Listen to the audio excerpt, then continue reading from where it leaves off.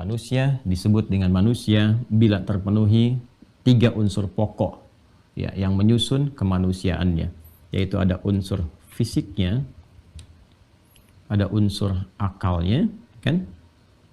Kemudian ada unsur rohnya, jasmani, aklani, rohani. 3 bagian ini. Dan seluruh aktivitas manusia sejatinya adalah mengoptimalkan 3 bagian ini. Semuanya. Baik itu memenuhi kebutuhan nutrisi misalnya, kita mesti memenuhi kebutuhan-kebutuhan fisik. Karena itu kan Anda, saya, kita pada umumnya beraktivitas, bekerja. Ada orang bekerja keluar gelap, pulang gelap. Bahkan saat kita kajian saat ini, boleh jadi sekian banyak orang sudah berangkat beraktivitas, bekerja. Bila ditanyakan, untuk apa Anda bekerja? Memenuhi kebutuhan ini. Minimal untuk makan, kan? Fisik Anda tidak mendapatkan asupannya, nutrisinya, proteinnya, karbohidratnya, bisa lemas, tidak bisa menunaikan fungsi kehidupan dengan baik karena ini organ terluar, kan? Nah, kemudian akal juga sama, dia butuh nutrisi berupa pengetahuan. Kalau ini materi-materi ya yang dikonsumsi, ini pun sama, punya materinya sendiri. Bacaan, meluaskan literasi, gitu kan, diskusi, argumentasi, analisis dan sebagainya, itu menu bagi akal. Bila tidak mendapatkan asupannya, maka berbahaya juga. Ya, ada bagian saraf-saraf tertentu, ada bagian ya yang merekonstruksi atau mengkonstruksikan satu pemikiran tertentu tidak bisa berkembang, lemah. Lemah akal berbahaya. Dan lebih bahaya dibandingkan lemah fisik. Fisiknya kuat, tapi akalnya lemah.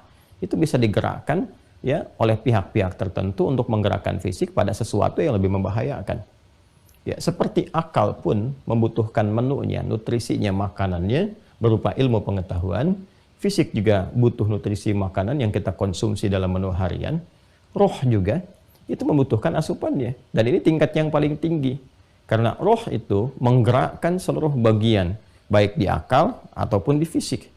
Jadi kalau Anda begitu kuat bekerja, mencari berbagai hal untuk memenuhi kebutuhan fisik, bahkan sekolah tinggi-tinggi untuk memenuhi kebutuhan akal, tersusun secara sistematis, maka seharusnya ini perhatiannya, aspek roh lebih dibandingkan pada akal dan fisik. Karena ini yang menggerakkan akal dan fisik. Ya, semua hal yang diinstruksikan oleh roh diikat oleh akal, diteruskan kepada fisik. Sumbernya dari sini. Jadi kalau ini bermasalah, ini pun semua akan bermasalah.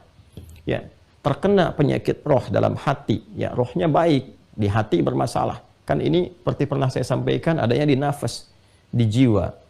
Ya, ini nanti ketika masuk ke dalam fisik itu menyatu, berada dalam nafas kan.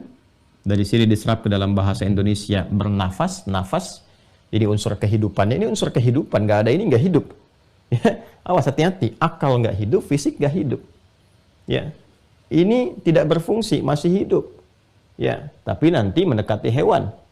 Awas, ulaika kal an'am bal hum adall. Karena perbedaan manusia dengan hewan itu pada akalnya. Baik ya, ini ada persoalan, tapi ini masih ada, masih berkehidupan. Ya, dan ini kuncinya. Ini ada di nafas, karena itu tanda kehidupannya ada di sini. Bisa bernafas, ada bagian tanda kehidupan.